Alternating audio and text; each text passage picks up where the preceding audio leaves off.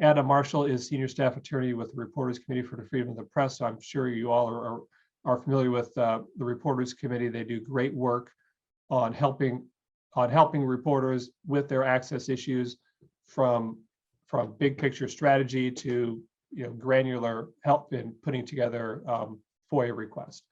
Then we have Lisa Zykerman, who is an attorney at Davis Wright Tremaine, and she is going to talk, First Amendment lawyer there. She is going to talk about some of the other, outside of straight access issues, some of the other media law issues you should all be aware of. Each of them will talk for 15-20 minutes, and then we will have time for questions, and we have them until 10 o'clock. So I will turn it over to Adam. Welcome, Adam. Thanks so much, Chris. I appreciate the kind words about RCFP. As Chris said, my name is Adam. I'm an attorney at the Reporters Committee for Freedom of the Press. I hope you all do know what the Reporters Committee is, but if not, I will tell you just briefly. And let me share my screen so you can see what I'm talking about. All right, can you all see my screen? Someone give me a thumbs up. Yes, okay, cool.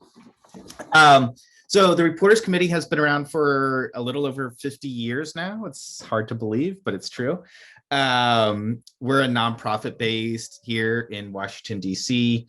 We're mostly lawyers, actually, who do nothing but work to promote your rights and news gathering activities as journalists and members of the press. We have a lot of things that I hope you take advantage of. We have a lot of guides available online for all types of things. So we have like a covering elections guide. We have a wiretapping laws like recording guide. We have guides about open courts. We have guides about FOIA, anti-SLAPP, all kinds of things. We also have a hotline where you can write in or call us pretty much any hour of the day. If it's a real emergency. If it's not an emergency, we like to answer things during normal business hours. But this is if you need help understanding, any aspect of the law, really, when it comes to your reporting, or in emergency situations, like, if you're arrested during a protest or something. We also do a lot of work connecting those people to, criminal defense attorneys, all kinds of stuff through the hotline. So remember this, rcfp.org/hotline. You can check that out at any time. So at the Reporters Committee, like I said, one of the things that we do a lot of work on is government transparency, which is what I focus on. So I mostly work on the public records side of government transparency. And what I mean by that is mostly FOIA. So can I have a quick showing of hands? Hold on, wait, I'm going to maximize my screen so I can see everyone. Okay, how many people have filed a federal FOIA request? Raise your hand. Oh, okay, pretty good. Wow, I'm super impressed with you all. How many people have been totally satisfied with their response to their FOIA request? Maybe like a half of one person. Yeah, that sounds about right. So, FOIA is this amazing tool. Hold on, let me stop sharing my screen for a second. FOIA is this amazing tool that was enacted by Congress in 1966. It is over 50 years old now. And it provides a right of journalists, members of the press, and really anyone to access existing records of federal executive branch agencies unless they are subject to one or more of the exemptions in the law. It was enacted at a time when there was a perceived need for a more engaged and robust democratic process. And unfortunately, despite these lofty goals, FOIA has struggled, I think, over the decades to live up to them. In part because the law has actually evolved to be quite complicated, and also because of Oh, sorry, that's my pandemic puppy who's eating my headphones. So let me share with you a resource that we have created at the Reporters Committee to help navigate some of the complexities of FOIA. And that is the FOIA Wiki, which is exactly what it sounds like. It's Wikipedia, except for FOIA. And you can see here, it looks a lot like Wikipedia and has pages for just about everything you would want to know when it comes to FOIA. So a couple things that I want to highlight for you in terms of things that you can get on this page. One is we have a sample FOIA request. So if you go over here, if you haven't filed a FOIA before, though it looks like most of you have, and you need just kind of like something to get you going, we have a basic template here that you're, very welcome to use, copy, modify to your heart's content. We also have some sample other FOIA requests that real users have submitted up here that we've linked to. One of the things when you're submitting your FOIA request that's really, really important to think about is the specificity of the records that you're asking for. And part of the reason for that is you just want them back in a reasonable amount of time. And the way that FOIA has worked over the last few years, let me show you. This is the average processing time for what are called simple track requests, which basically just means requests that the government has deemed to be less complex. So it's gone up over the years from, we hit a low point during the Obama administration of about 20 days or so. But last year, at least, we were up in almost double that. We're up to 40 business days. And this is just for simple requests. This is for the easiest requests for the government to answer. And I'll tell you that if you don't get in the simple track, if your request is deemed complex, it's going to take much, much longer. Sometimes in the order of, I would say, months or years, potentially, for you to get your request answered. So one thing I always like to tell requesters is to think very, very carefully about each and every word in the description of the request that you're answering, because in general, there's going to be a trade-off between the volume of records that you're after and the timeliness of getting a response. So in the FOIA Wiki, we have a page on specificity and different ways that you can go about trying to improve or narrow the scope of what you're after to try to get a faster response. Just to give you a sense of some numbers, this is how many requests have been received by the federal government year over year. We're up to almost 900,000 requests that the federal government is getting every year now. I don't think we have full 2020 numbers yet, but I'm sure it's around this level. But then over here on the right, you can see the number of requests that have been processed every year. And you can see while both charts go up, the one on the right goes up a little more slowly and not quite as much as the one on the left, which is part of the reason why there's such a delay in getting responses to FOIA requests these days. Which is frustrating, of course, for journalists who need them for their reporting. That has led to a rise in lawsuits year over year, which is a lot of what Lisa actually and I do. We step in when reporters have kind of reached the end of the road on the administrative side of things and need to go to the courts in order to get judicial relief.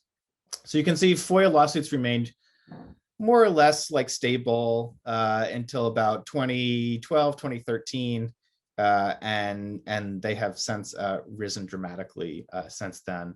There are around, I think it's around 2,000 or so pending FOIA lawsuits. Oh, maybe only 1,700 pending FOIA lawsuits at any one time now in the federal court system, which is a lot. And unfortunately, I think the sign of a broken system, and not actually things working as they're intended.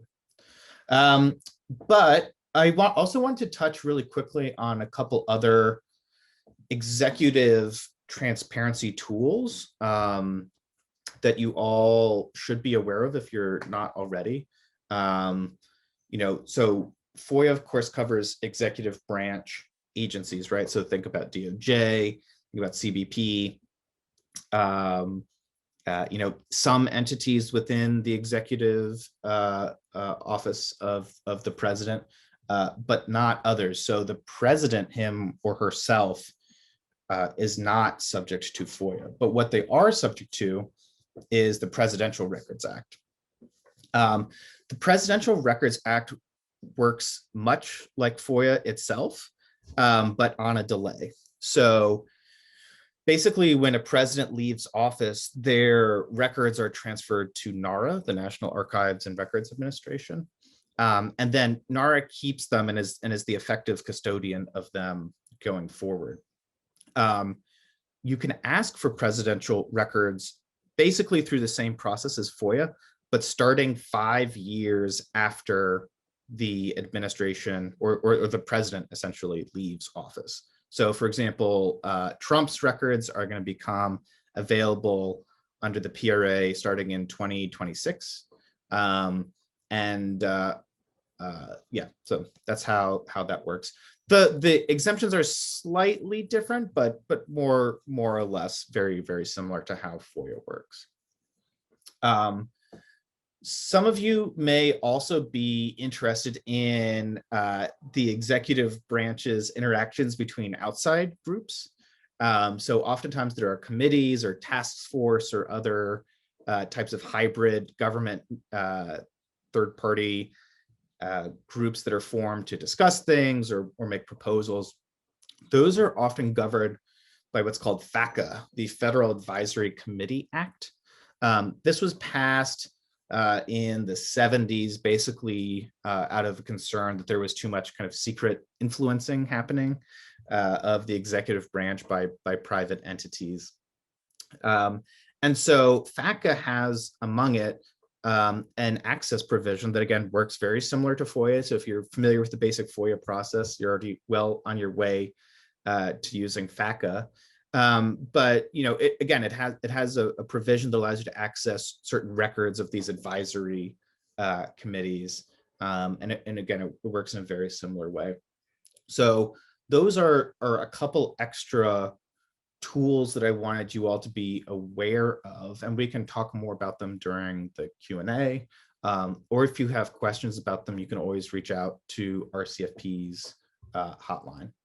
But in the interests of moving things along to Lisa and also allowing time for Q&A, I think I will stop my screen sharing there.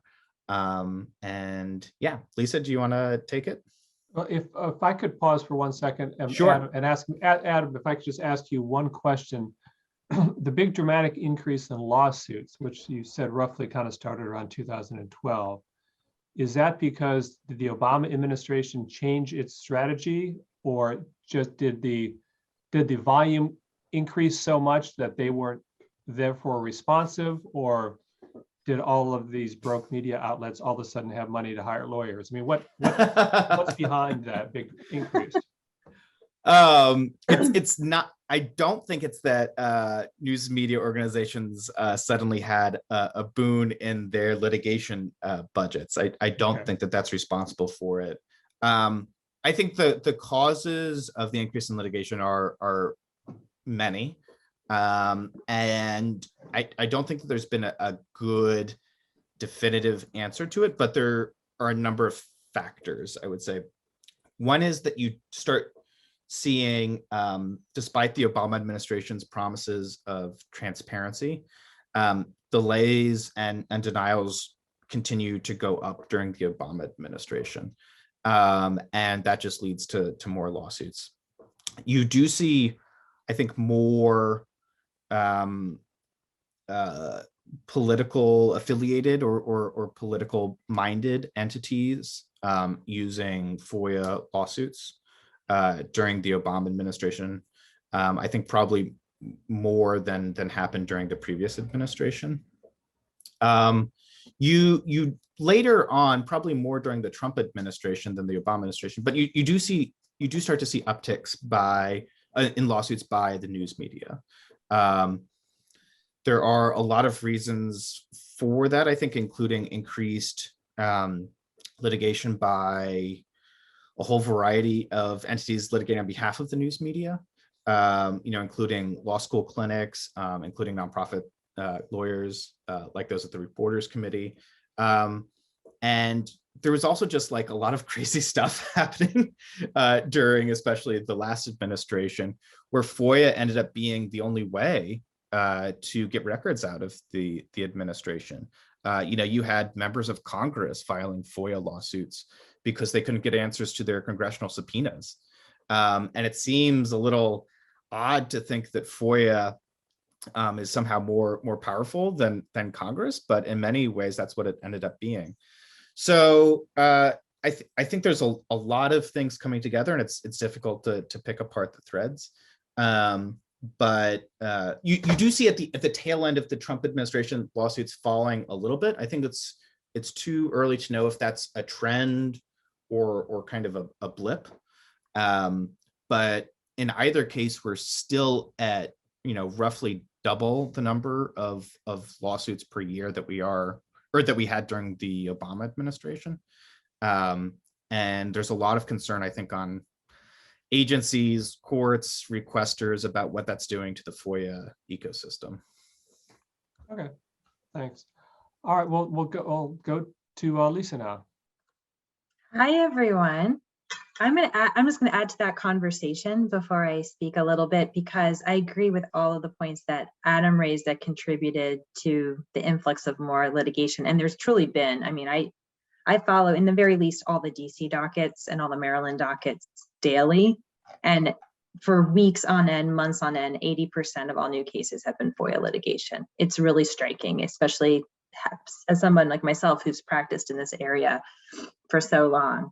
I would also suggest that some of and this could be anecdotal or it could actually be a major driver, but some of the big litigation that came out in 2012 and somewhat leading into it in the years prior, a lot of that had to do with reckoning over the war on terror and the Iraq War. There's a tremendous influx of national security focused FOIA requests coming out at the tail end of the Bush administration and leading into the Obama administration. I was involved in quite a number of those, and those particular FOIAs took forever to work their way into the legal, into the court system and actually be litigated. But many of them required litigation.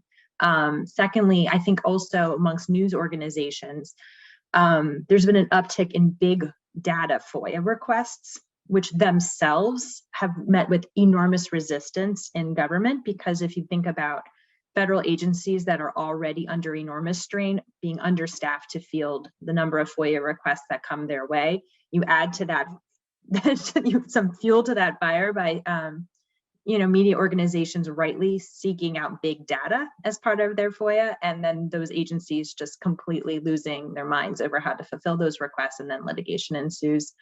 And then one other factor that I've seen is more reverse FOIA litigation, which is when corporations and other entities, I'll just focus on them primarily, supply government agencies with what they consider to be core IP, intellectual property. So think about research institutions or other, medical or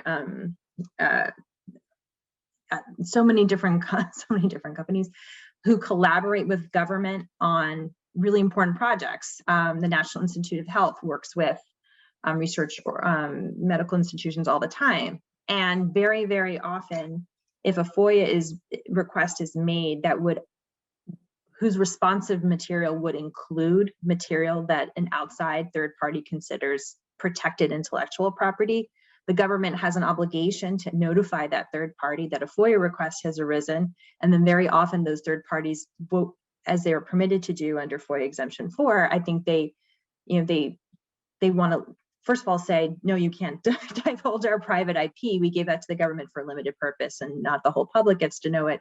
And if that issue becomes, intractable between the requester and the government, then there's litigation. And then that third party is one of the main drivers in those litigations. So that's just some stuff to think about as you consider what kind of FOIA you're going to involve yourself in. I don't know how many national security reporters we have here, or how many folks would be interested in big data, or covering agencies that include a lot of third-party IP in their own documents. But those would, for me, would be major triggers of litigation. So let me just tell you a little bit about myself after I just launched into the conversation. My name is Lisa Zeikerman. I've been practicing media and First Amendment law for about 15 years at Davis Wright Tremaine, where we have a pretty substantial practice in this area. This is my specialty, and in my role, I primarily serve as outside litigation counsel on a whole range of matters that come up in media and other First Amendment issues. So that means defending news organizations in libel and defamation cases, any sort of news gathering torts. So think about recording issues and intrusion or other types of torts that can come up in the news gathering process. And I represent news organizations on access cases and litigation, FOIA being included in that. And then a whole other sort of key percentage of my practice is I do pre-publication and pre-broadcast review for news organizations, many of whom are represented on this call, when big stories or articles or documentaries or other materials have the risk or potential for a libel claim, or the news gathering was particularly tricky and we want to make sure that our work is protected from suit. I come in and I help review material before it's published. But yeah, my work on access cases kind of spans the gamut. Federal FOIA, there are state FOIA laws, which may not come under most of your reporting, since you mostly are covering DC and Congress, but that's also something to be cognizant of, because many of the political actors have footprints and have past work in state government. I also work on court access issues, which I think I'll give you a little bit more detail about in a minute. And then also some location access, not just open government meetings, but would you like to do an investigation and meet prisoners? That's something I know how to do, especially in federal prison. So Adam, of course, ably covered FOIA. One thing to keep in mind is that sometimes just filing FOIA litigation is what moves things along, unfortunately. That was actually a note I had here, and I realized that actually fits into our last conversation, which is that I think when you have as many delays as there has been, just getting answers to your FOIA requests, litigation has become sort of the, let's see what this works too. FOIA litigation, as compared to a lot of other litigation, I don't know if any of you have ever been involved in court cases before, but you might have the impression that litigation is extremely expensive, which it is, and time consuming, which it is. But FOIA litigation is a little bit of a different animal, not that it's, completely outside the scope of expense, but a little bit more contained, a little bit easier to budget for. And so a lot of news organizations saw these backlogs and said, to hell with it, let's file a lawsuit and see what shakes out. And it's really interesting what does shake out. I had a case I was just thinking about a year ago, where we had, I think the reporter made a FOIA request in May. We filed our lawsuit finally in January of the following year. And within 6 weeks, the government let us know that they were now searching for records. In other words, for almost an entire year, the government hadn't even bothered to search for the records, although they had denied the request, cited a number of exemptions claiming that the records would not be able to be produced to our reporter. We appealed that decision within the agency. The agency still said, you're not getting these records. And so we had to litigate, and that only then did the agency even look for the records and provide us with any details about the exemptions that they planned to claim, and also added new exemptions to their list, because now they were finally looking at the records and had a better idea of why they were withholding them from the reporter. So all this to say that sometimes litigation happens not because you even feel like you know what your case will look like and the strength of your arguments against maybe the government's exemption claims, but more so because you just want to make sure you understand the government's look for the records that you've requested. Another issue that comes up is, there's some strategy to where you might file a lawsuit. So much FOIA litigation happens here in DC for good reason. This is where the federal government is located, but our DC courts are extremely expert in FOIA, but they are overwhelmed with FOIA lawsuits to an unbelievable degree. And I happen to be on the board of an organization that works with DC courts here. And one thing I learned in a recent briefing is that we have a really robust court. We have a lot of federal judges in particular here in DC, and they have a very unique docket compared to other federal courts. It's not just perception versus reality. They are wholeheartedly handling a tremendous amount of FOIA cases and not most of the rest of the kinds of casework that federal judges handle. They have a very small, for example, docket of criminal cases compared to most other federal courts. But on balance, they keep so much FOIA litigation. And all of this to say, there are some benefits to looking to alternative jurisdictions outside of DC to file a FOIA lawsuit if you happen to reach that point in any of the work that you're doing. And I raise this because many of your news organizations are outside of DC and would have every opportunity to file outside of a DC federal court for their FOIA litigation. And you ought to sort of push that issue if you could. Your case will be heard quicker. Hopefully your lawyers will do some research and make sure that the case law in that particular jurisdiction support your FOIA lawsuit. And if all those things line up, I think you ought to stay out of DC. So I wanted to talk a little bit about access to court records, because that's a whole other area of access. And I think Adam sort of hit every other branch. So we're going to go with this one. So court access differs a little bit based on whether or not you're looking at a criminal case or a civil case. But there are three sources for our right to access court proceedings. One comes under the US Constitution, one comes under our common law, and one comes under statute. The US Supreme Court has recognized consistently that the public and the press have a presumptive First Amendment right of access to judicial proceedings in criminal cases. And while the Supreme Court hasn't directly addressed whether the public and press also have a constitutional right of access to civil proceedings, there have been many, many, many courts that have nevertheless found that, most lower courts in the very least, that the First Amendment access to civil trials and proceedings has reached sort of the same level of access that the Supreme Court has found for criminal trials.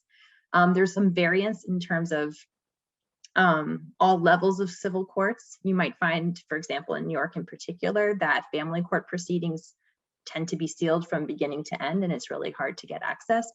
You might find that while you can observe a trial in a civil proceeding in court, you may not be able to get all the records that the parties exchanged in discovery. So there are very differing levels of access depending on proceeding. But the constitutional right of access is quite robust in our country, as it should be.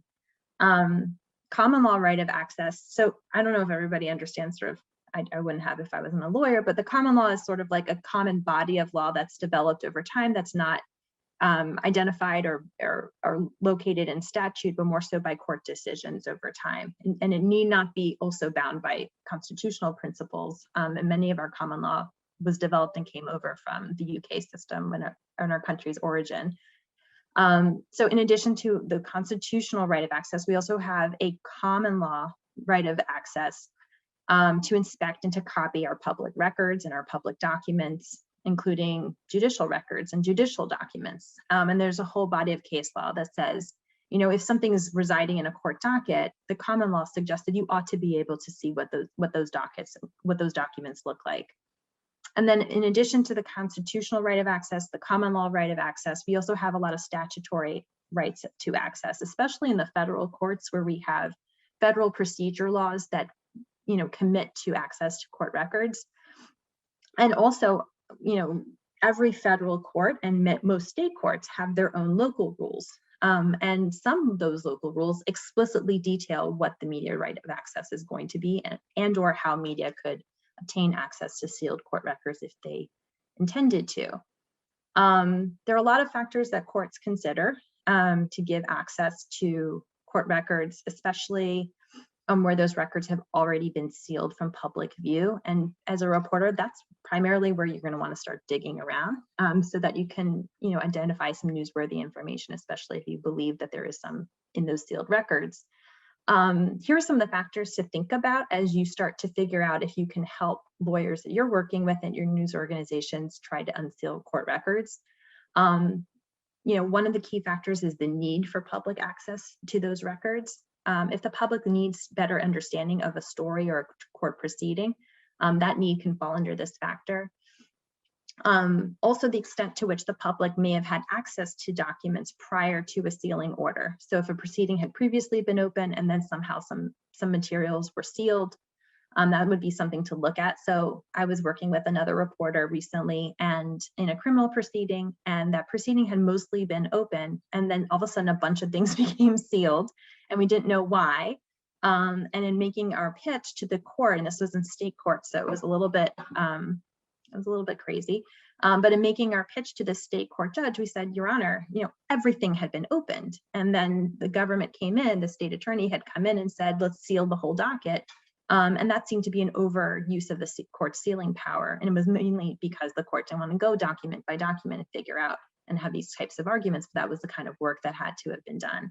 And it was very persuasive that, this was a case that had not previously been sealed, and then everything was sealed overnight. Also looking at, whether or not there have been any objections to a party's identities being disclosed, if there's important property or privacy interests asserted.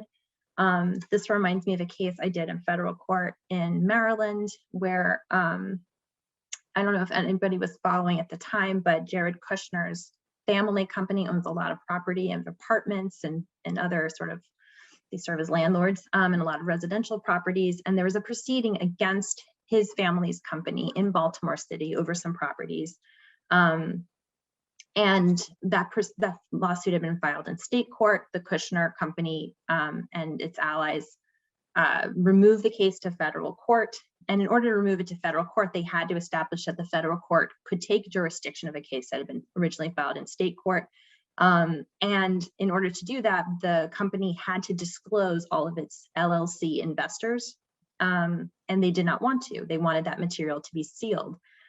This was occurring, I think, in like 2017. And there were a lot of investors who just didn't want their names to be known that they were investing in an organization aligned with Jared Kushner, aligned with these properties and these particular types of claims. And so we came in on behalf of media. We intervened and we said, it doesn't matter if they would be embarrassed. And they literally wrote in their papers, we will be embarrassed if you disclose these individuals. And we said, it doesn't matter if you're going to be embarrassed. Those sort of privacy rights are not what the court should be looking at. And this information should be public. And rather than pursue their case in federal court, the company said, fine, we'll go back to state court. We'd rather try our hand there than disclose all of the investors in this LLC, which was just mind-boggling. But anyhow, and just one other thing I want to make sure we have time for questions, but just this is sort of my pitch for working on court access issues as a reporter. And that pitch is that the media stands in the shoes of the public. So most right of access rules and in case law typically speaks to the public's right of access. But the public's not knocking on the courthouse door. It's news media. It's reporters like you who are following a case, who understand the newsworthiness of a proceeding going on in any court at any level and says the public ought to know more about this. And it's the media who comes in generally and asks for that access on behalf of the public. It's actually been my great honor to work with press on access issues. It's some of the best work I do because I feel like I'm doing this on my behalf and on the behalf of so many others in the public, because that's the importance of media and that's the importance of the work that you do. So these are the things I wanted to highlight.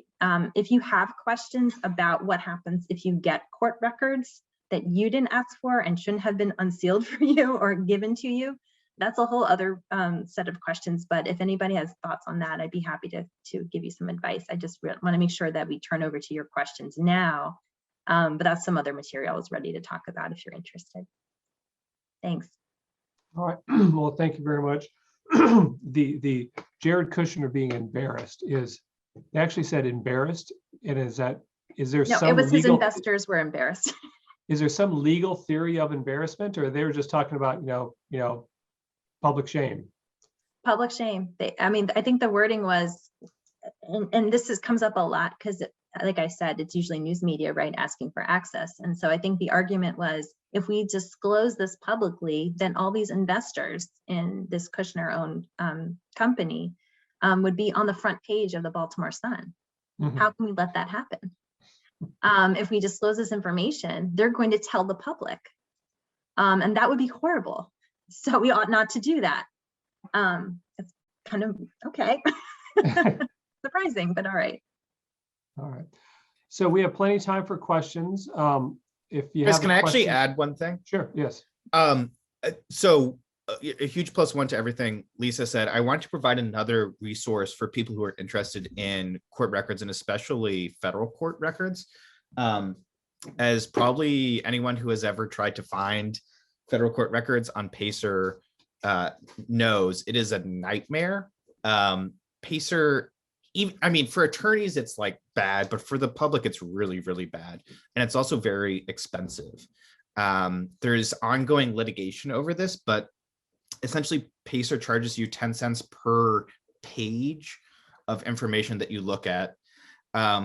Some things are in fact pages, right? They might be like PDFs, it's like court filings, but other things are like things like a docket, which is basically just a website. And then they try to determine how many pages it is. And it's kind of nuts.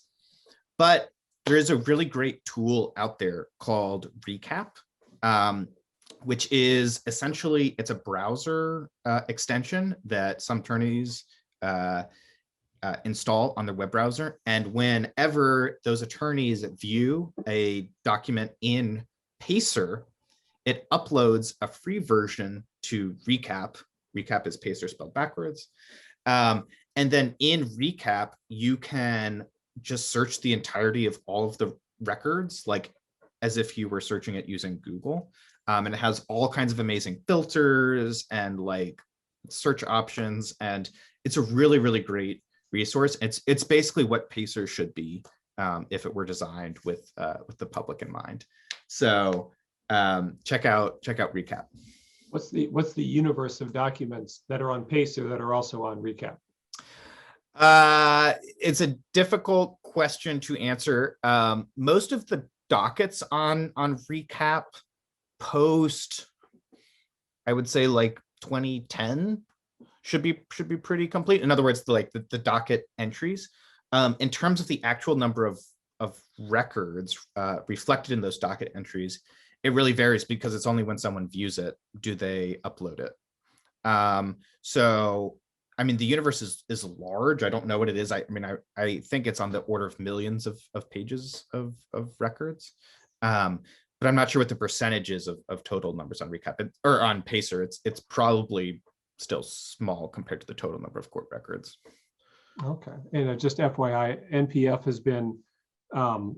has been part of the efforts to open up Pacer records, and we've signed several letters to that effect. And those are all listed on our newsfeed on our homepage if you want to check those out. So got some questions here. Tell them where you're from, and we'll go to Riley first. Hey guys, thank you for doing this. I'm Riley Baggin. I'm with Detroit News. I'll be fast. I also have a pandemic puppy who's been intermittently losing his mind this whole morning. So I thought that was pretty wild that they would claim exemptions before knowing what the records are. And I suspect that's an issue in Michigan quite a bit because we have this really large sort of invasion of privacy exemption that agencies often claim. And I suspect that it's based off of nothing, but I can't really tell because I don't know what the records are. So I wondered if you had any advice for people who work in a newsroom that doesn't necessarily have the funds to hire an attorney or is trying to do their own FOIA work on how to get around that sort of thing. So it's hard. I agree, it's very hard. I would, have you looked into what the appeals process is? I assume you're talking about state FOIA in Michigan.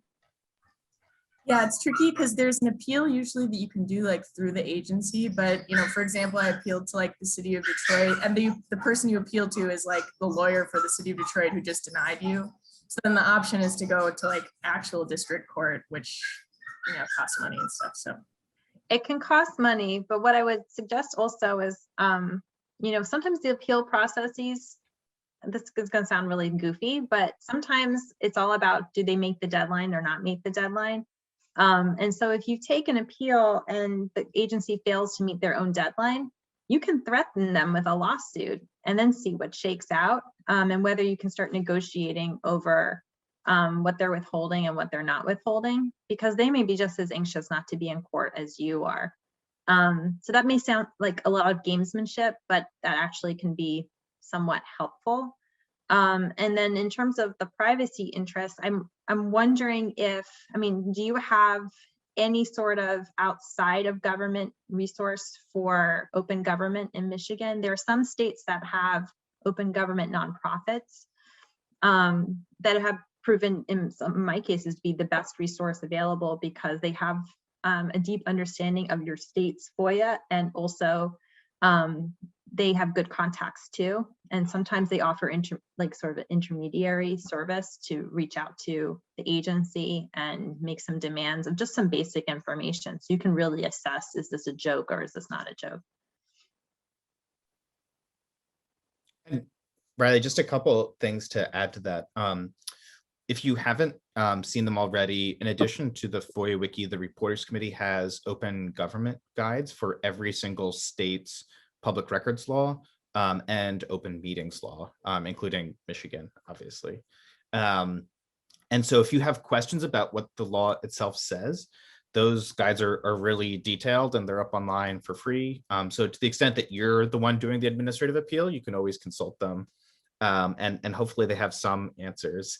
If you have a question about the law that goes beyond the scope of that, you can also reach out to our hotline.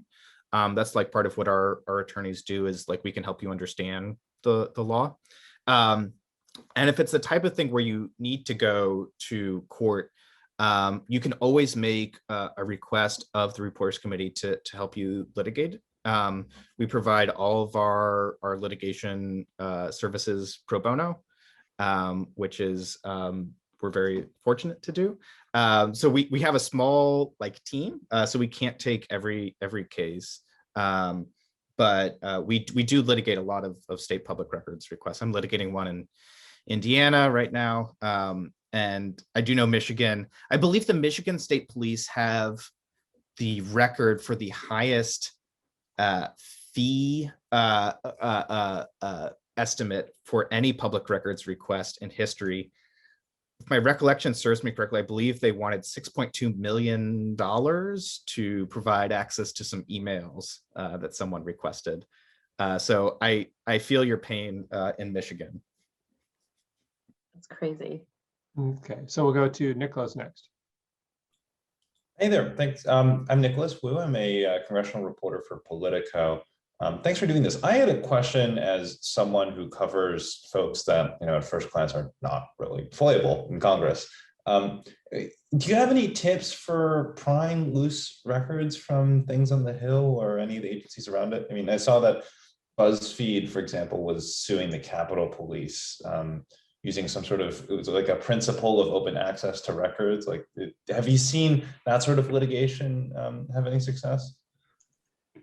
So this is funny. This actually goes back to something that Lisa was talking about, which is the common law right of access.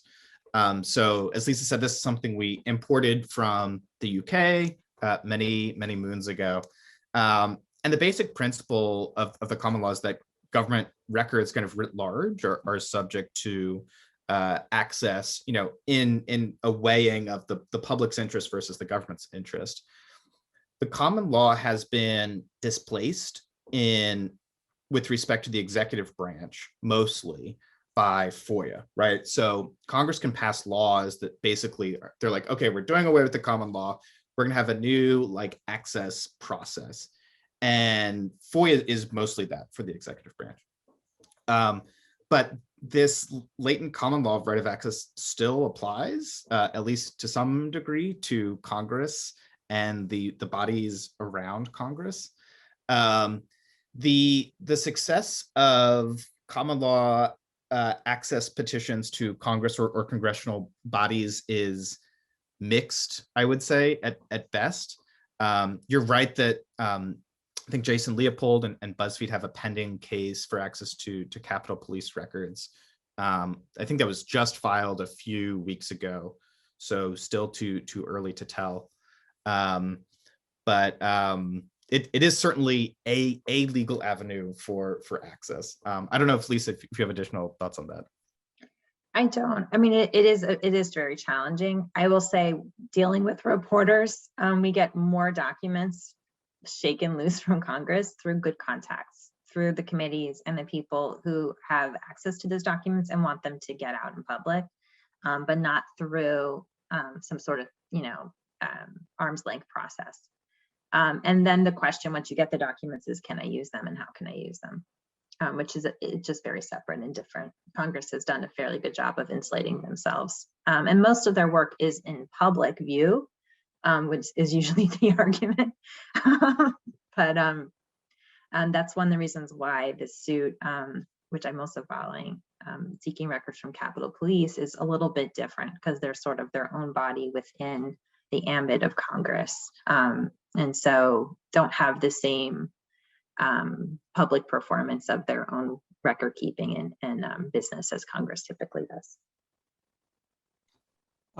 So we'll go to Abby in a second here, but first, Nicholas, did you just commit some news there? You're at Politico now? Did I know that? Yeah, I just started at Politico 2 weeks ago. That is relatively new. Okay, well, congratulations on the move. Thank you, Chris. And Courtney has also left C-SPAN and she's now at the Washington Post. So congratulations to Courtney. Any other job changes I've missed? I just started covering immigration for CQ Roll Call. I was previously doing committees reporting. So I'm very excited about the 2 later sessions today. It was very good timing on your end. Okay, good deal. Good to know. All right. So yeah, so always keep us up to date on things like that where we'll offer our congratulations. So let's go to Abby. Hi. Thank you so much for doing this. This is really helpful.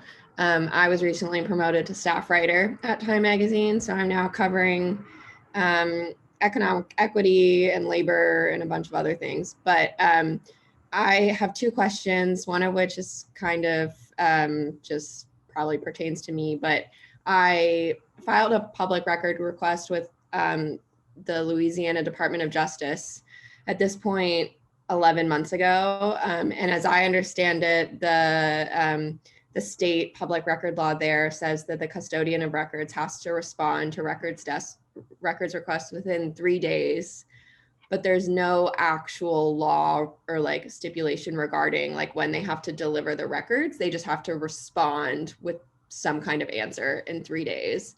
And so I've checked in with them now like a dozen times, and I keep getting this guy who calls me and he's like, I promise we'll send them to you in the next couple days, like within the next week. And he keeps asking me all these questions about like why I want it. And I'm like, that part doesn't matter. I gave you my records requests and, a brief explanation of what it was for. But it kind of makes me think that since he's called so many times and he keeps wanting more information about why I requested it, that there might be actually something there. And I'm wondering at this point if it would make sense for me to ask our lawyer to just like send over a slightly threatening email that says like, you have to respond, so that it's someone other than me sending another follow-up email. Like in these cases where there's not actually a definite rule regarding how quickly they have to respond, like what action should I take? Did you ever get a written response? Like a month after I sent the request, I got. But not within 3 days. Correct. No. Okay, well, that's something to start from. So your lawyer at Time is Dina Rosen, and Dina knows from FOIA and from these issues. I would put together an email for her that sort of briefs her on what's happened, when your request was made, what you think the law says. Adam's going to chime in if he's already looked at the Louisiana state FOIA law. But I'm sure there are probably some good options for you, and a scary lawyer letter is always a great piece of that, and Dana can help you with that, I'm sure. Great, thank you. I will do that. And then my next question probably helps everybody, which is that previously I've filed FOIA requests with cabinet agencies requesting schedules for cabinet members. And several times I've gotten back rejections saying that my requests are overly broad and that my purpose doesn't count or doesn't qualify. And I'm wondering what I could make the purpose be to get to make them eligible, because I don't know what I'm looking for. I'm just kind of digging around. So When you say purpose, can you clarify? Are you talking about like an argument that you made about a fee waiver or like expedited processing? yeah, I think it's expedited processing I'm requesting, or because I looked and they were so backed up that it was going to take months to get it back. And I said something like, it was something about one of the cabinet member I was requesting was a former lobbyist, and I wanted to know how often he was meeting with lobbying groups that he used to work for and work with, like as a cabinet member. And I said that as a cabinet member, like American taxpayers had the right to know how this guy was using his time. And the response I got was, just because like taxpayers are paying taxes doesn't qualify for expedited processing. So I don't know. Yeah, so I mean, there are a couple. So generally under the federal FOIA, unlike say common law, you don't have to say anything about why you're interested or why you think you're entitled to this or anything like that. The default is you make a request, you get it unless it's exempt. There are a couple areas where you might need to make an argument as to the importance of the records or why you're interested in them. And that's one with respect to fee waivers or fee categorizations. And the second is expedited processing, as you noted. That basically gets you in a different track. Remember, we were talking about different tracks earlier. That gets you in a different track than the ordinary requests. For expedited processing, I mean, I would encourage you to check out the FOIA wiki page to know all the different elements of it. But the key there is to make some kind of argument as to the time urgency of the records. So say, there's a hearing coming up, or say there's a bill that Congress is considering, or there's some kind of action that the executive branch is taking. Maybe they're considering a rule, or they're considering the announcement of some new program. There has to be some kind of event in the public sphere that is impending or that is happening that you're going to tie those records to. So, you might write something like, look, this bill is being considered by Congress on, say, lobbying, extra lobbying provisions or something like that. The public needs to know how our current, cabinet members who are former lobbyists like doing this, so that the public can, be informed as to this issue and contact their congresspersons. So I think that's the trick there, is to tie it to some kind of external event. And the games play behind that too. Everything Adam says, right? But the games play behind that too is if you make a request for expedited processing under federal FOIA, the time for the government to respond also shortens. And if they don't meet those deadlines, you get to run to court quicker or take on your appeal quicker, as it should if there's a matter of urgency. But that is another way for you to pester the government and see if they will give you some sort of response quicker. And potentially, if you can, get a legal letter to the FOIA officer to see if that shakes things loose. We did make, in one of my cases, we had a new director of CIA was being, Haspel was going to be coming up for hearings, and we wanted records on behalf of our client related to her work overseeing rendition sites during the War on Terror. And we've asked for expedited review, and there was absolutely zero way that the CIA was going to give us expedited review, because they did not want those records to come out at that key point in time. So sometimes sort of broadcasting why you want the records and the timing is really there, they're going to say absolutely not. We know how to play that game too, but I don't think that's necessarily the problem you're encountering here. Very helpful. Thank you both. So we've had two experts talking about the law and how to, and now we're going to have two expert reporters talking about how to actually apply the law and how to use FOIA. Our two guests are Brad Heath and Ron Nixon, who are two of the best investigative reporters and practitioners of FOIA in the business. I've been watching Ron's career for years, back when he was first the data guy at the Minneapolis Star Tribune, and then did data work and other investigations for the New York Times for several years. And now he is at the AP with what I think is the coolest title in journalism, Global Investigations Editor, which basically means if anything goes wrong anywhere in the world, Ron can look at it. Is that right? Indeed. Yeah. Okay. We cover the world. And then Brad Heath, who is at Reuters, and before that was at USA Today for a long time, and is also an attorney. But he is one of the best kind of ongoing practitioners of FOIA and has some of the best strategies for employing it on an ongoing basis, constantly sending out FOIAs for big stories and small stories. So I wanted them to kind of talk about how to use FOIA, both for the kind of the ongoing beat coverage as well as for the big stories. And so welcome to you both.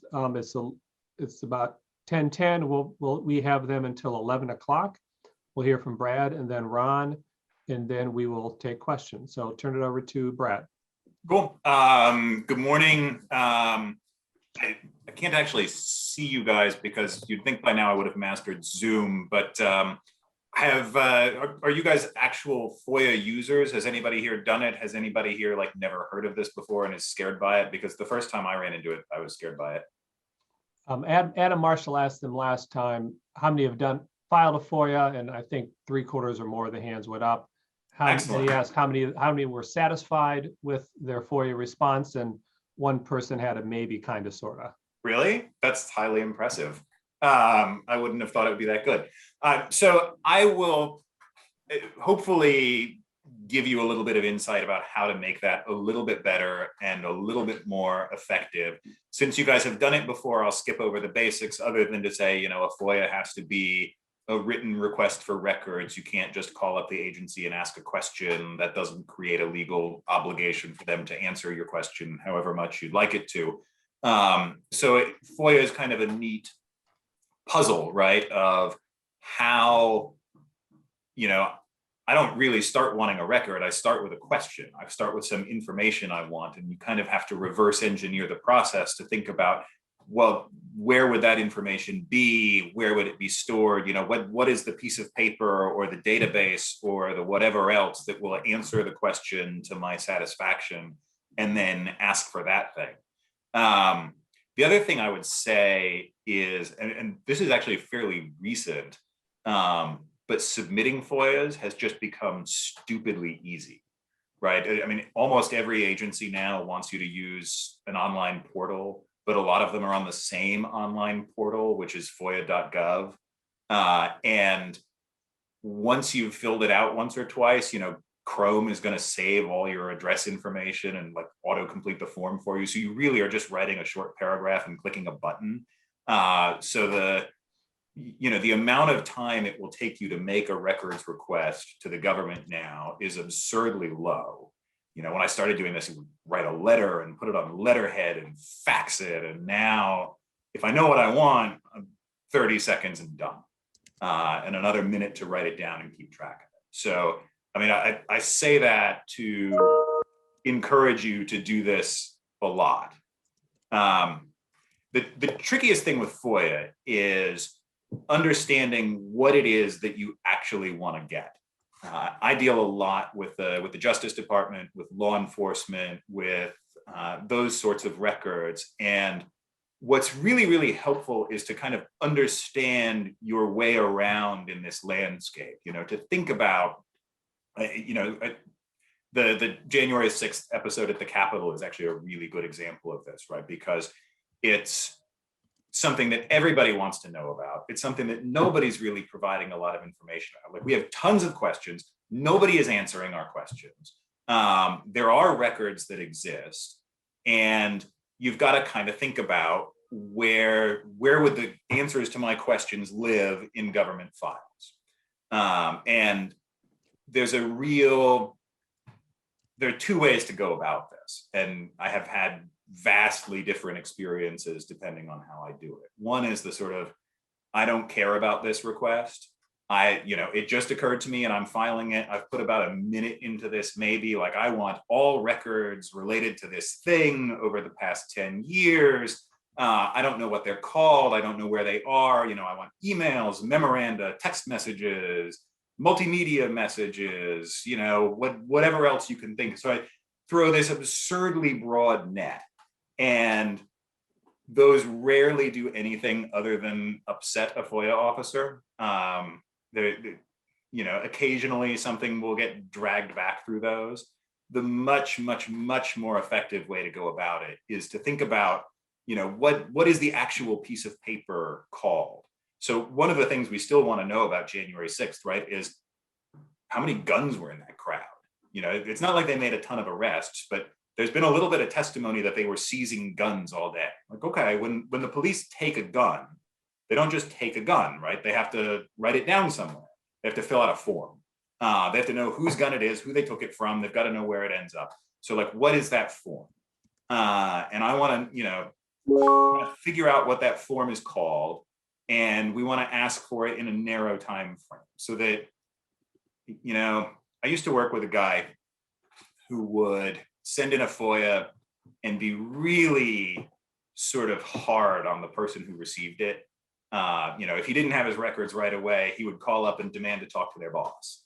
And then he would demand to talk to that person's boss, and then that person's boss. And I swear he wasn't going to stop until he got to like the president to demand, like, where are my records? And, the person who's getting it is going to be the most put upon person in all of government. Nobody in a government agency likes their FOIA officers. And the FOIA officer has no particular power in most agencies. So you're giving a piece of paper to a middleman who's then got to call the guy who has the records, who doesn't want to hear from the FOIA officer, doesn't want to give the records to the FOIA officer. And if you send them on this quixotic hunt of like every piece of paper ever created, the guy downstream is really going to hate it, and he's probably not going to do it. And nobody's, in a lot of agencies, nobody's really going to make him do it. Like, all the FOIA officer can do is the stuff you do. Call up and be like, where's my stuff? And if they get a phone call back, they're lucky. But the more you can target it and say, I want these particular pieces of paper that live in this place, right? The easier it's going to be for them to do it. And it creates some incentives for them too, right? Because the FOIA officers, they don't want to have a load of stuff sitting on their desk that they can't deal with. They want to get these done. There's an incentive to like clear out their backlogs. There's an incentive to deal with the easy ones. So to the extent you can be an easy one, you can make their life pretty easy. You can make their life pretty happy. So it's a thing to think about when you're structuring the request. And the other thing that's been kind of cool about it is, half of good reporting is records and that sort of thing. Half is good source work, but the two are related. If you call up somebody in government or recently out of government, be like, "Yo, leak me this stuff about January 6th," like, they're not going to do it. Some of them are, not many of them are going to do it. But if you call somebody up and say, "Hey, I really want to talk about like forms. What forms do you fill out? What is this thing called? If this happened, like, who would do what?" It's such an easy question for everybody to answer, and they feel really smart, and they like talking about stuff they know. So you can, in addition to scoring a well-crafted records request that might actually get you some records, you can score a source you can develop into someone who will maybe answer more fulsome questions down the road. And the two, when this process works best, it's two things building on each other to give you this body of information that you can use for your coverage. So all of this is sort of wind up to say that writing a good records request is like anything else in reporting. You know, the more homework you do, the more effective it's going to be. Because if you guys have done FOIA before, you know the main challenge in this is waiting, right? Like you send in this request and then, you know, what do you do while this request is pending? You know, I have requests that while they were pending, I had kids, sent kids to elementary school, you know, and I'm still waiting. So maybe I'll get to send the kids to middle school before I get answers to this thing. And the more you can simplify your requests, the more, you know, the less you're going to have to deal with that. And the other thing that's worked pretty well for me is just to be like a nice, reasonable person. Because there's this thing when your correspondence with somebody is just email of, you know, they don't really know you, you've sent this sort of official thing, they have sent you back a form letter because that's what they have to do. So it's naturally kind of antagonistic, it's a legal process. But if you call them up and say, hey, I just want to like touch base and let you know, like, here's what I'm looking for. If you can find a way to make it easier, that's great. If you need anything from me to make it easier, like just give me a call and I'll be happy to do that. And, you know, if they've got 5 things on their desk to get done, like I want to be the one they want to deal with first, because I will make it easy and I will make it painless. And eventually you can get a reputation, especially if you deal with an agency over and over, you can kind of get a reputation of like, this is the person you want to deal with. There are other people who have a reputation of, this is the person you absolutely do not want to deal with. Never call this person at all, you know, deal with them only through a lawyer. You don't want to be that guy because that guy's going to wait twice as long for his records. You know, and also some of these people just never hear from anybody. I think especially now that everybody's working from home, you know, like it's nice to just have a reasonable conversation. And, you know, and also they know stuff about the agency you don't. I've had the experience of requesting something from Justice and kind of making my nice guy call to like, hey, let me know. And the FOIA officer told me right off the bat, like, you will never get that record you requested, but I have an idea of what you're trying to get. So why don't you ask for this other thing instead and I'll give it to you tomorrow. Like, that was an excellent phone call, right? And I never would have known, and I would have just had a straight denial if I hadn't picked up the telephone and bothered this guy for 10 minutes.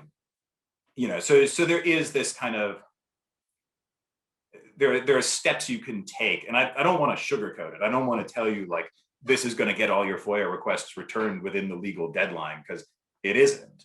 You know, I have one, let's see, I filed it in 2014. They just closed it a couple days ago. They actually just acknowledged it a couple days ago and then closed it because they thought searching for records would take too long. And let's say I was dismayed, but I guess that takes you to the other place in this too, which is in addition to the time and the just being nice and reasonable about it, you also should know your rights and not take no for an answer.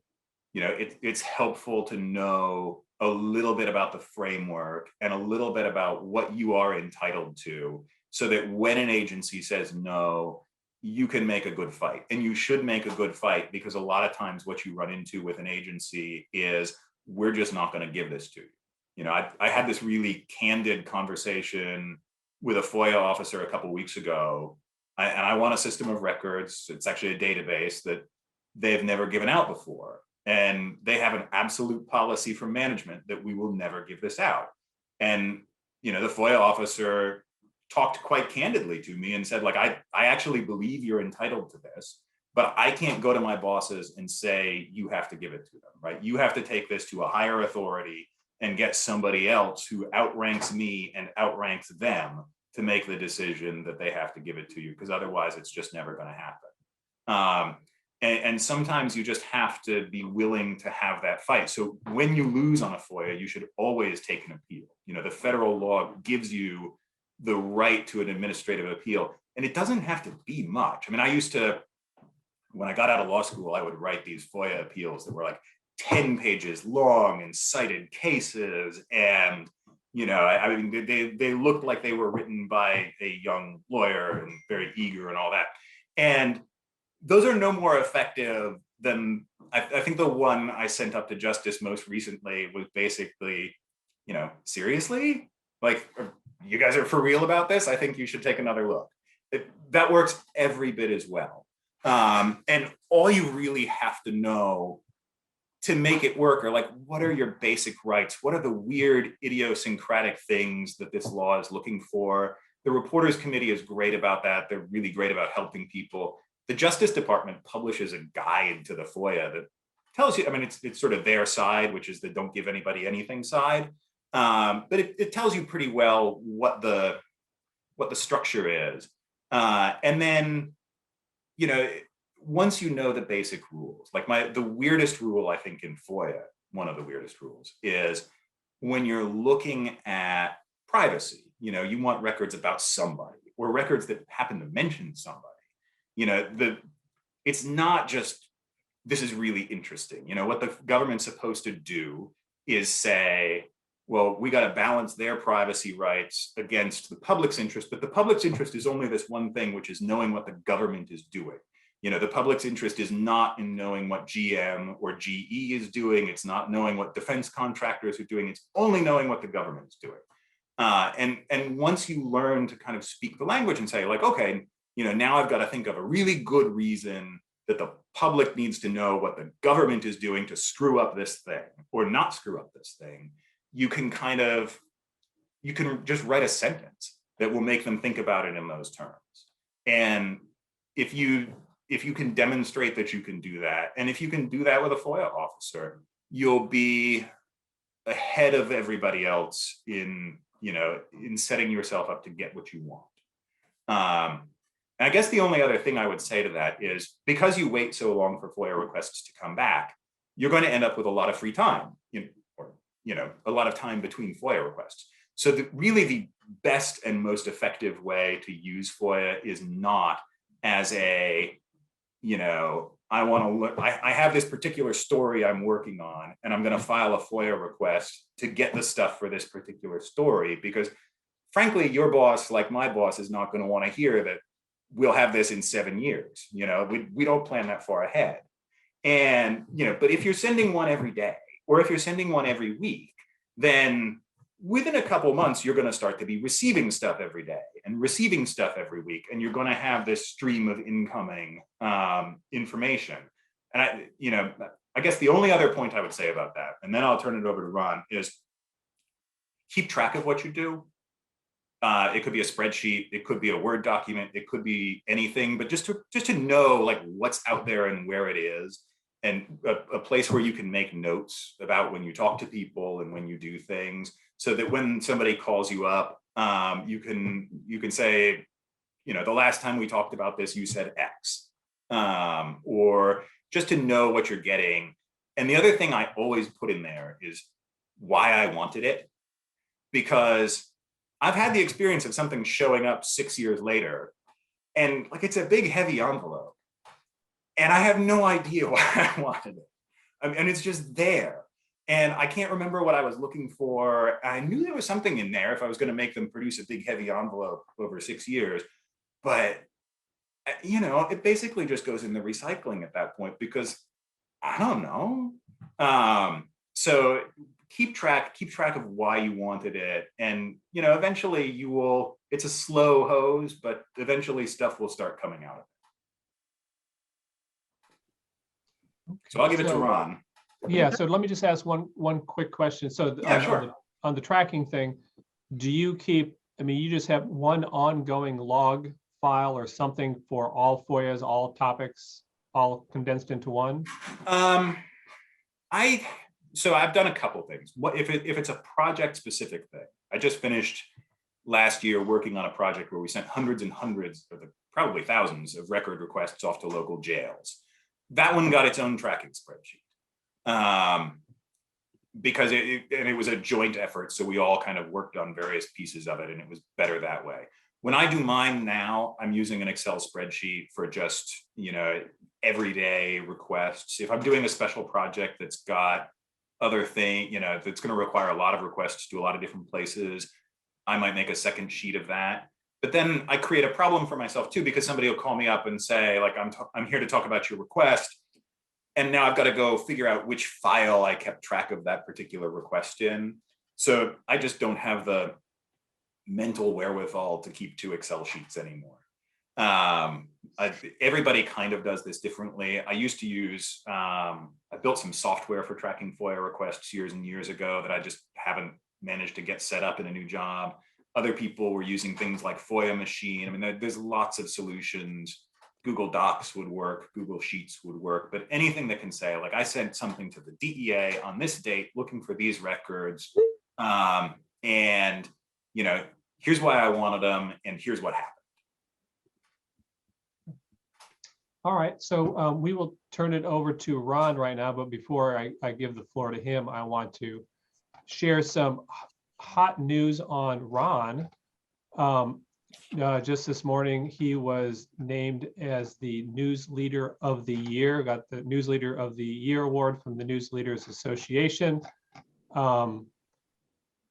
This is the inaugural News Leader of the Year award. The award recognizes an editor or team of editors who have displayed strong leadership in matching the extraordinary moment of the unprecedented year through great journalism and vital decision-making on all fronts. The judges said Nixon was tapped to lead his team in March 2020 and was nominated in a heartfelt letter signed by 24 members of his team, who described his leadership as having, quote, instant impact. He led and inspired his colleagues to produce important, ambitious work through an unthinkably challenging time. Their work both helped free a man and put another in jail. Their investigative series on labor abuses in the palm oil industry, Fruits of Labor, won the 2021 Selden Ring Award for investigative reporting and the 2021 Anthony Shadid Award for journalism ethics. Nixon advocated that the, quote, decision to diversify news staff is ultimately rest with those having hiring power. And then with remarkable speed and determination, he turned word into action. And Nixon built a more diverse team and created opportunities for less experienced reporters. His message has been clear: break down internal barriers and infuse the broader AP with greater investigative capacity.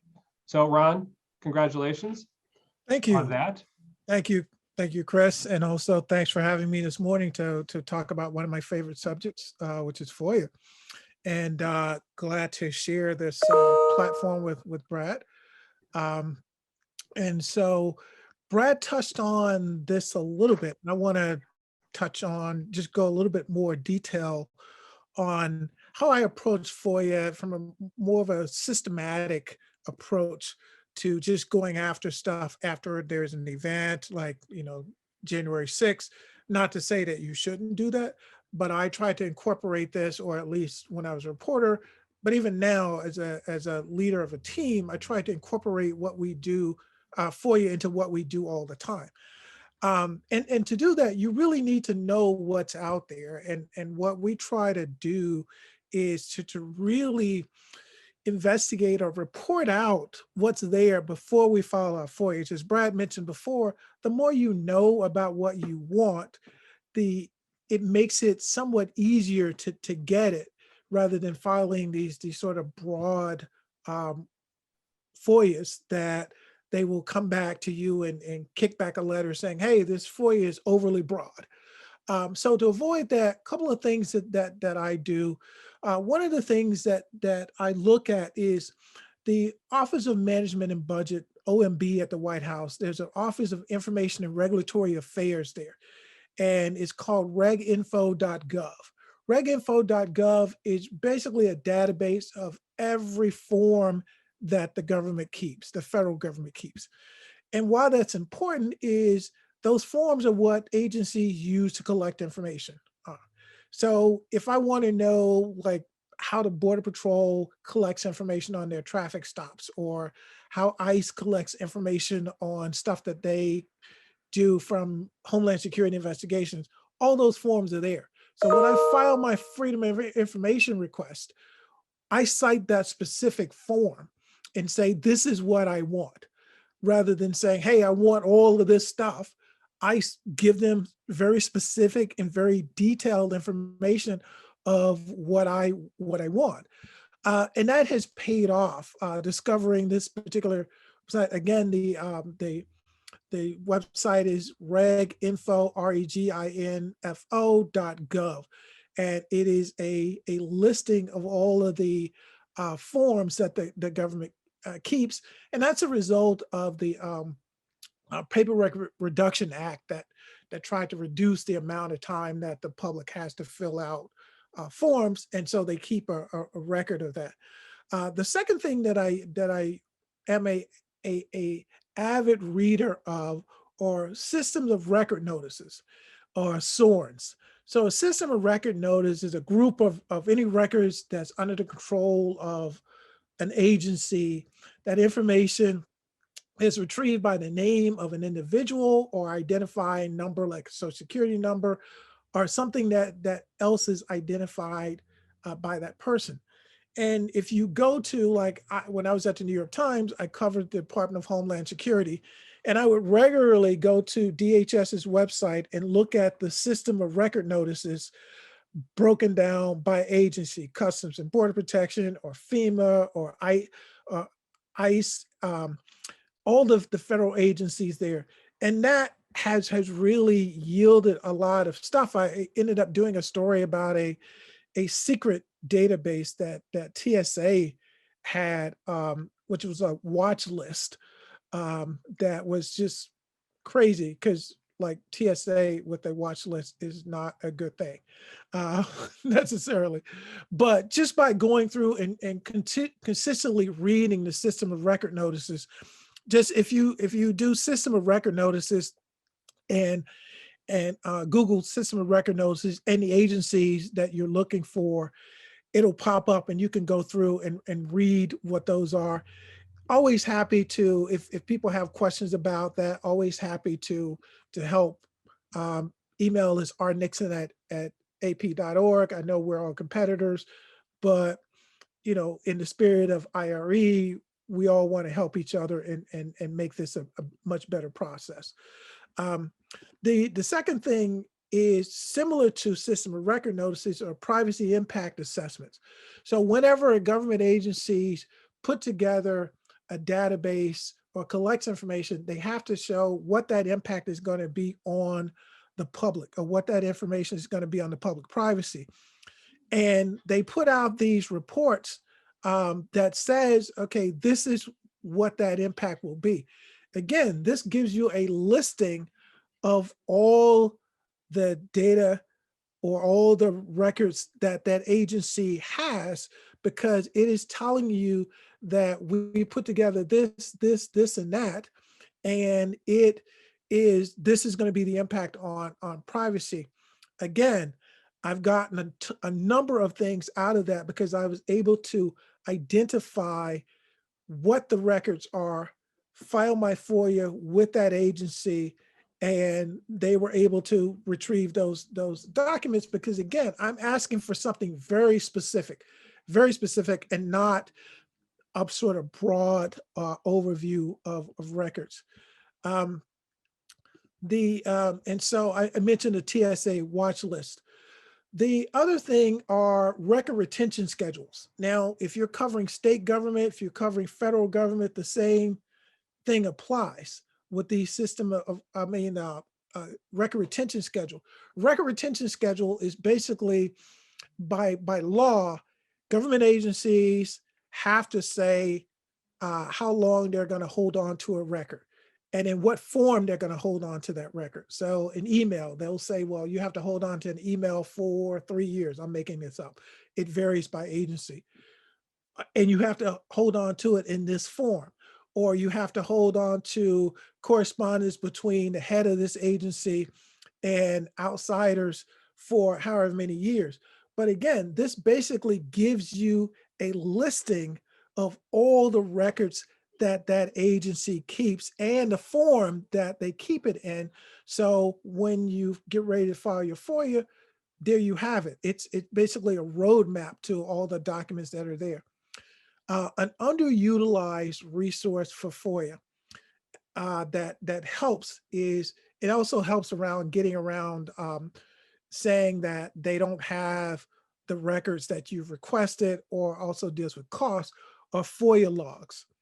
By federal law, government agencies have to post all the FOIA requests that they get onto their website. Now, I swear, fingers crossed, that I do not scroll these looking for what Brad and other reporters are filing their FOIA for. I do not. But what this tells you is that what people have already asked for and what's already been fulfilled. So if I filed a request for something, maybe there's a lawyer somewhere that's already gotten that information. Therefore, when I go back to that agency, they can't tell me, one, they don't have it. Two, it's going to cost me all of this stuff for programming time, and which is crap anyway. Programming time is crap. And Brad, we can talk about that more. But looking at this list of what people have asked for, you can determine, hey, this has already been filled. So you don't need to take 3 years to get me this information since you've already given it to someone. Also, you don't need to talk about staff timing, programming costs, and all of those different things because you've already filled this request. So I just like whatever that other person got, just give me that same information.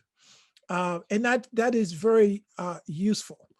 The last thing here, because I do want to like spend quite a bit of time, hopefully with questions, and I can send these to Chris that he can give to you. I have a presentation on this. If you guys think that's helpful, happy to give you a presentation on this.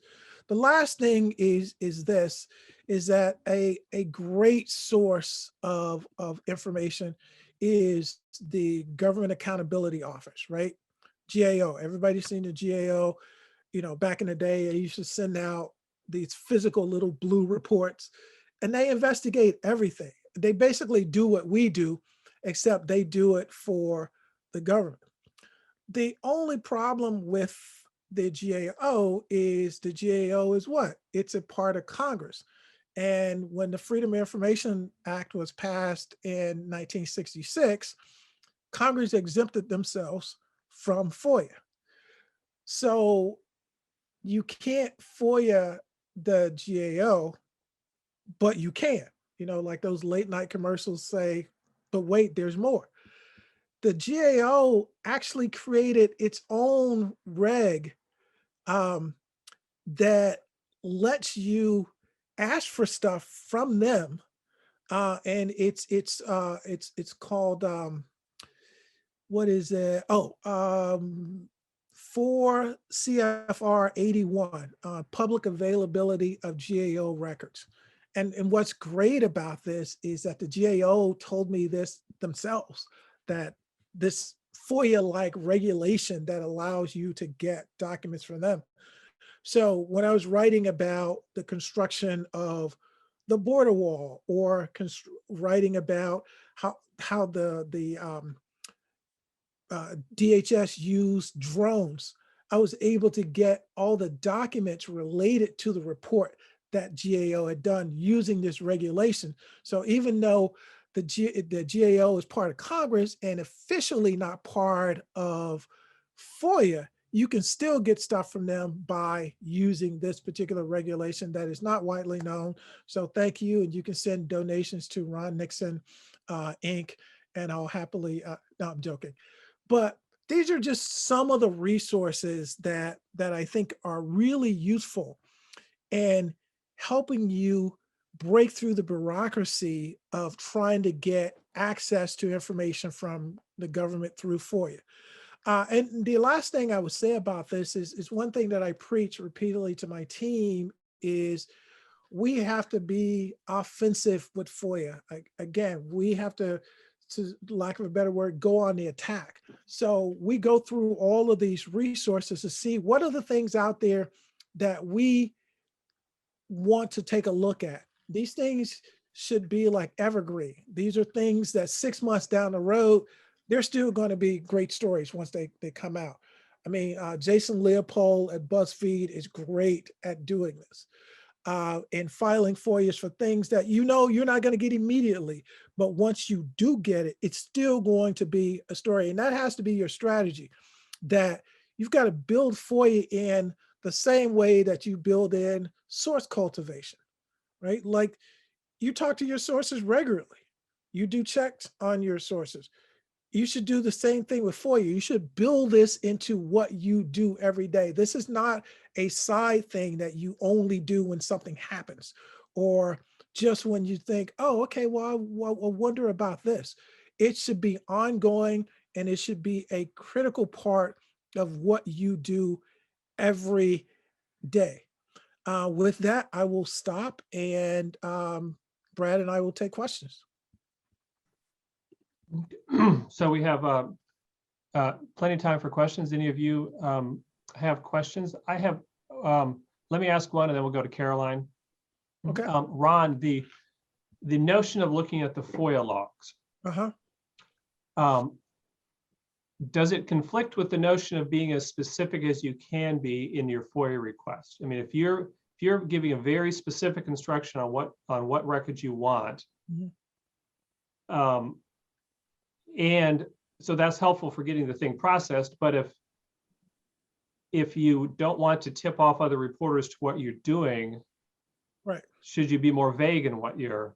I mean, it seems like those two things are at conflict, because even if you're not scrolling through the FOIA logs, I think it's fair to assume that others are. Yeah, and other people are scrolling through the FOIA logs too, and I do have some techniques for doing that. Like one, I use I probably shouldn't say this, but I actually use my initials when I don't identify the agent. I mean, the who I work for, because there's no requirement that you have to identify who you work for when you do that.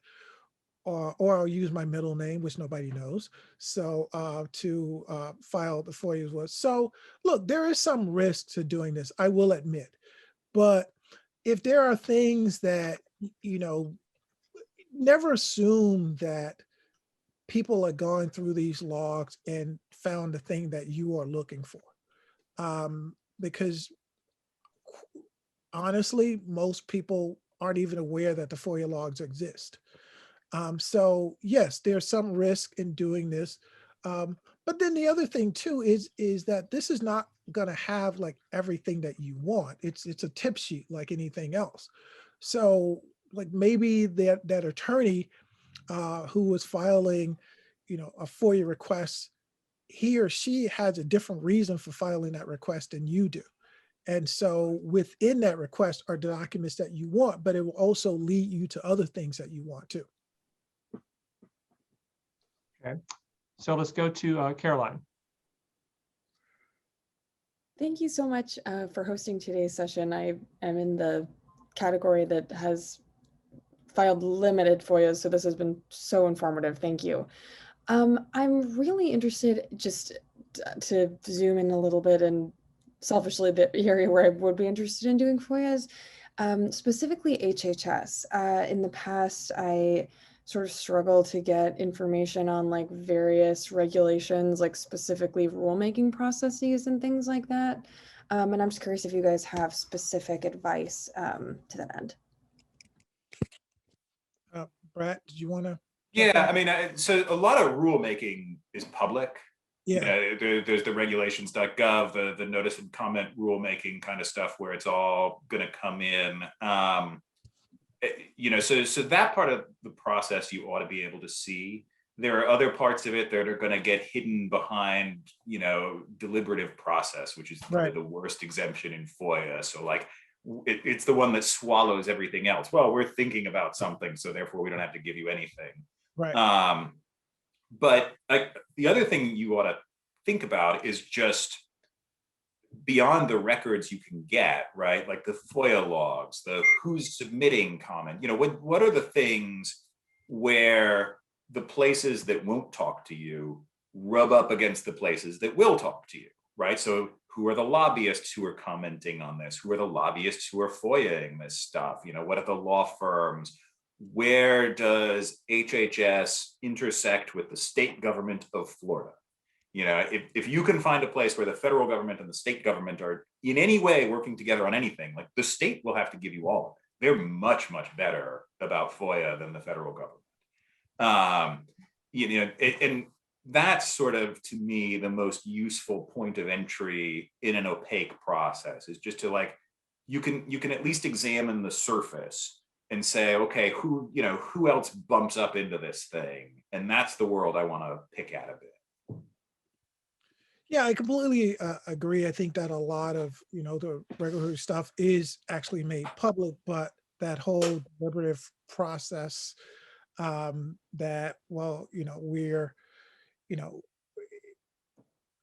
the head of the agency is thinking about this, and so we can't put it up because it would damage whatever, which is crap. But the bottom line is that, as Brad said before, right? Like, appeal everything. Like, if they turn you down on this, go back and appeal that, but also go through the law and make sure that when that is truly what they would consider deliberative process, because a lot of times what the inclination is to just deny. Their first instinct is to deny. And so when you go back and you go through the appeal process, more than a few times, you actually will get what you need. Yeah, the staff lawyer, like, there used to be a really good appeal lawyer at HHS who you didn't really have to say anything to him other than, I think this is wrong. And he would look at it enough and be like, yeah, that's wrong. And he would make, this came up with CMS a lot, and he would just go back and make them do it. Yep. He's still there. I don't know if he's still, I haven't dealt with them in a while. Yeah. That was my service for Allison Young. All right, Maya. Hi, thanks for doing this. And congratulations, Ron. Good to see you. I had one question I think you've really already started to answer, which was, I was wondering if you could kind of talk about if there were any instances where you were reporting and didn't necessarily think to FOIA request something for information, and then you did and found that it sort of opened up a new window into your reporting, and what your takeaways might have been from that. I'm saying, say that again, Maya. I was wondering if you could talk about, like, if there was an instance in your reporting where you didn't necessarily think first to FOIA request something, or didn't think to sort of investigate it further, but then you did, and it sort of opened up a window or maybe even changed the direction of the story. And if there was any, situation that you could point to, or what the takeaway might have been from that. Yeah, several years ago, I did a thing about, corruption within the Department of Homeland Security, and ended up showing that over a 10-year period, about 200 staffers have been arrested or convicted for taking bribes from people that they were investigating. And, at first I was doing it through, like, court records, and which are, free through Pacer and stuff like that. And then press releases that they would put out through DEA, who would arrest people, or, so, but it just occurred to me that there's probably a lot of internal stuff that I just wasn't thinking. And so right before, publication, I sort of convinced my editor to, like, delay it so we could FOIA this stuff.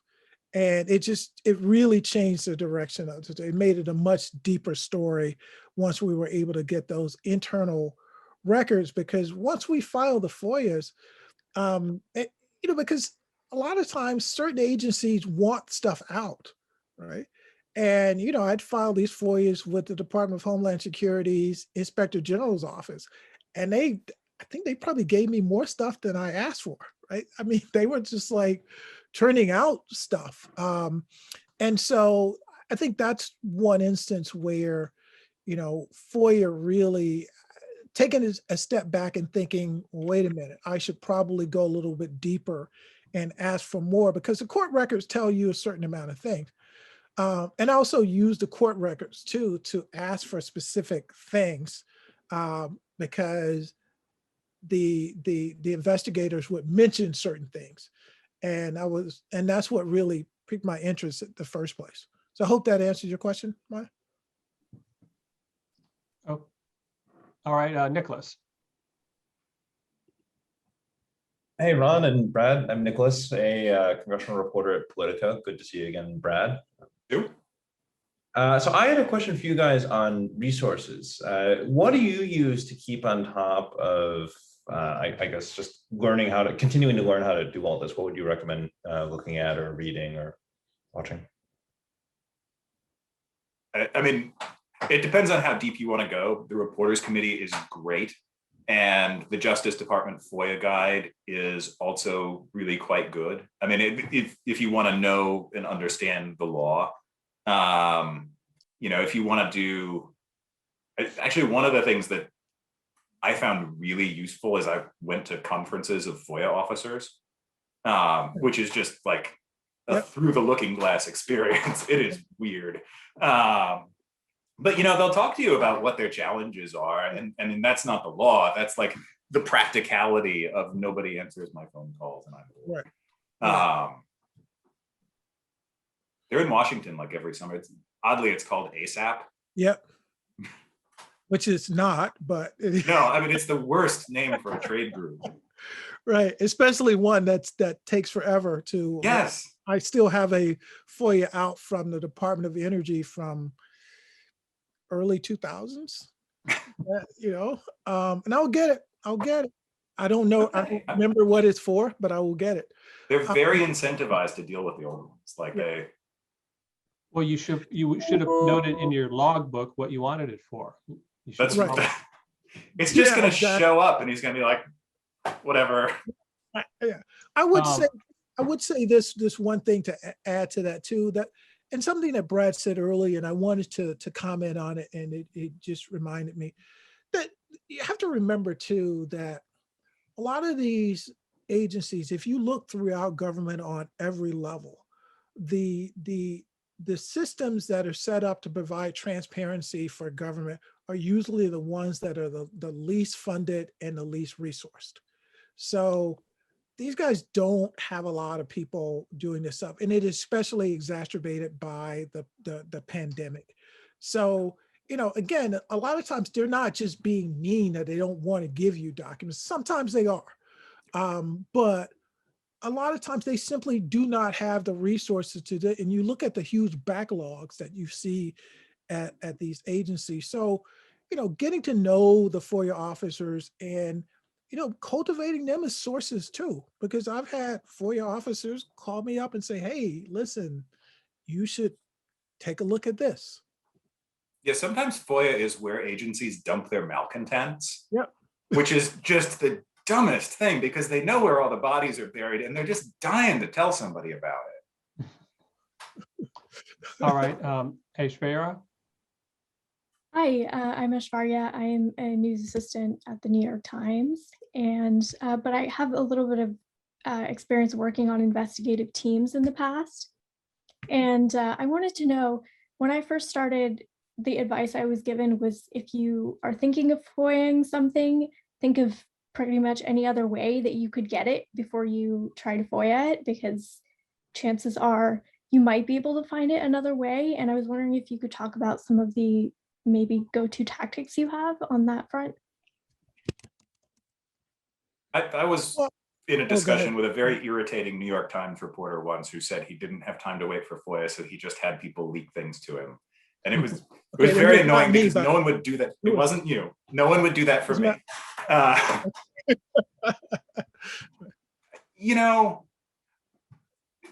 It's not wrong that FOIA, especially if it's a reactive situation, something happened and I just need to learn about it. FOIA is not an especially valuable tool. And, things like GAO, things like inspectors general, things like congressional committees who do a lot of the same kind of investigating and can give you things if they feel like it. It's thinking about all the other surfaces where people are getting information out of this agency. It's thinking about cultivating human sources, but also sometimes a FOIA is just, it's a part of that. It's a FOIA to get gossip that'll cultivate a human source. A FOIA just to show some other source that you're serious and making a commitment to getting the stuff that he should totally now leak to you. It's all just this kind of, sometimes they're just performative. Yeah. And the other thing, I mean, the point Ron made about FOIAing ahead of time. I mean, I can't even tell you how many times it's happened that I FOIA'd something and I got it and it totally wasn't a story. And I just left it sitting around my desk. And then some stupid thing happened in the world. And now it's like, oh, suddenly that thing that's sitting on my desk is like a missing puzzle piece. And I can do this thing now because I know I've got it. Yeah, the only thing, would just add to that is like looking at those FOIA logs for one, because one, what you are asking for, someone may have already gotten it, or at least gotten a piece of it. Brett mentioned congressional committees. I found them very, talking to staffers, cultivating sources there. And remember, this is all part of the whole reporting stream, right? FOIA is not in isolation of cultivating sources, right? It's the same process that you cultivate sources for more than just a quote when you need something on working on a story. You cultivate sources because you want to know what's going on within an agency. The same thing happens with FOIA. You talk to people to figure out what it is that it's going on.